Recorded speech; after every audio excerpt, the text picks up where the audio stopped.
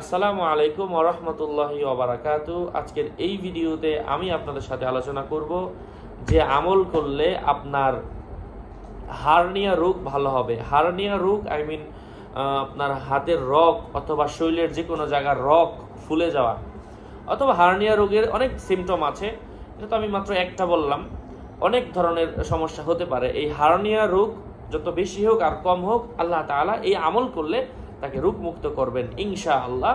হাদিসের মধ্যেও এসেছে, দলিল আমি পরে বলছি, তার আগে বলে দিচ্ছি আমি মুফতি জুবায়ের বিন ইমাম।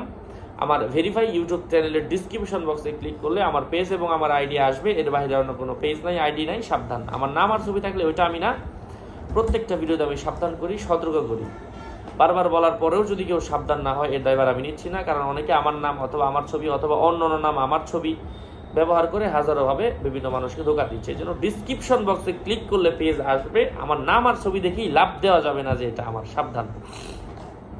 যাই হোক, হার্নিয়া রোগ ভালো হওয়ার জন্য হাদিসের মধ্যে এসেছে, আল্লাহ রাসূল সাল্লাল্লাহু আলাইহি ওয়াসাল্লাম বলেছেন, ইন্নাল সূরাতাল ফাতিহা দাওয়াউন লিকুল্লি দাইন। সূরা ফাতিহা প্রত্যেকটা রোগের জন্য ওষুধ স্বরূপ, যা সরাসরি বিশ্বনবী মুহাম্মদুর রাসূলুল্লাহ সাল্লাল্লাহু আলাইহি ওয়াসাল্লাম আমাদেরকে হাদিসের মধ্যে সেই 1400 বছর পূর্বে আমাদেরকে দিক নির্দেশনা দিয়েছেন। এই জন্য হার্নিয়া রোগ ভালো হওয়ার জন্য আমরা সূরা ফাতিহা পড়ার পরামর্শ দেই। অনেকে বলবেন, হুজুর এই ফাতিহা তো কত সহজ আমল, কত আগে থেকে করি। যাই হোক, তো এই ফাতিহা আমল এত সহজে একবার করলেই হয় না, বিভিন্ন নিয়ম রয়েছে এবং নিয়মগুলো উলামায়ে কেরাম আমাদেরকে দিক নির্দেশনা দিয়েছেন কোন আমলের কোন নিয়মে কিভাবে পড়তে হবে। আমি সাথে সাথে আরও কিছু নিয়ম শেয়ার করছি, শুধু একটা পড়লেই হবে না। যারা একেবারে পারেন না, তারা সূরা ফাতিহা প্রত্যেক দিন 7 বার পড়ে আপনার যেই জায়গার রগ ফুলে গেছে ওই জায়গার মধ্যে, অথবা হার্নিয়া রোগের লক্ষণ শরীরের যেই জায়গায় দেখা গিয়েছে 7 বার পড়ার পরে হাতে একবার ফু দিয়ে যেখানে রোগটা দেখেছে ওখানে বুলাইয়া দেন। অথবা যদি এভাবে না হয়, রোগটা ভিতরে ভিতরে, তো 1 গ্লাস পানিতে পরে 7 বার ফু দিয়ে ওই পানিটা খান।